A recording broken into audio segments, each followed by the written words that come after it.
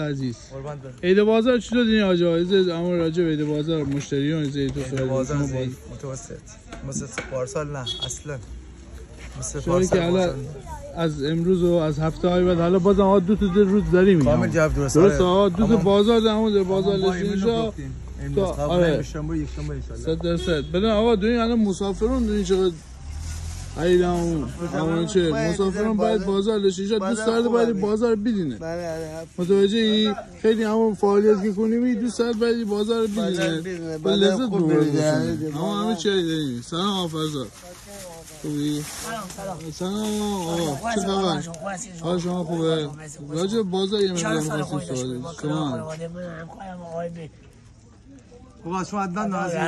حسن جان همکارمون نانی که آوری راضی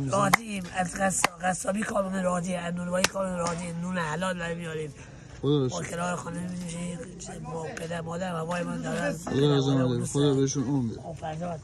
بده فرزاد عزیزم که حمایت میکنه بله یا سر گوجه یا باشه دادیم یا گوجه باشه بله سال پول برکت باشه مرسی با پدر مادرش هر جا فرزاد ان شاء الله بادا بهش بده بادا بهش بچرخه